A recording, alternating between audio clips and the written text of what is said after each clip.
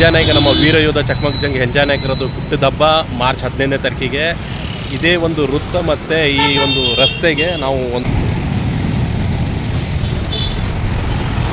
ನಾಮಕರಣ ಮಾಡಿದ್ದೇವೆ. ಅಂದರೆ ನಮಕಾರ ಒಂದು ನಾಮಕರಣ ಮಾಡಿಕೊಟ್ಟಿದೆ. 60 ವರ್ಷದ ಇತಿಹಾಸ ಇತ್ತು ಇದೊಂದು ರಸ್ತೆ ಮತ್ತು ಇದೊಂದು ಸರ್ಕಲ್ ಆಗಬೇಕಂತ.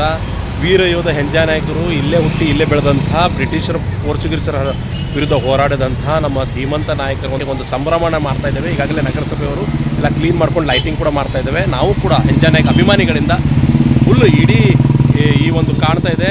ಅಂದರೆ ಈ ರಸ್ತೆಗೆ ಹೆಜ್ಜಾನಾಯ್ಕ ರಸ್ತೆ ಇದೆ, ಅಲ್ಲಿ ತನಕ ನಾವು ಕೂಡ ಲೈಟಿಂಗ್ ಮಾಡ್ತೇವೆ. ಇಲ್ಲೆಲ್ಲ ಅಲಂಕಾರ ಕೂಡ ಮಾಡ್ತಾ ಇದ್ದೇವೆ.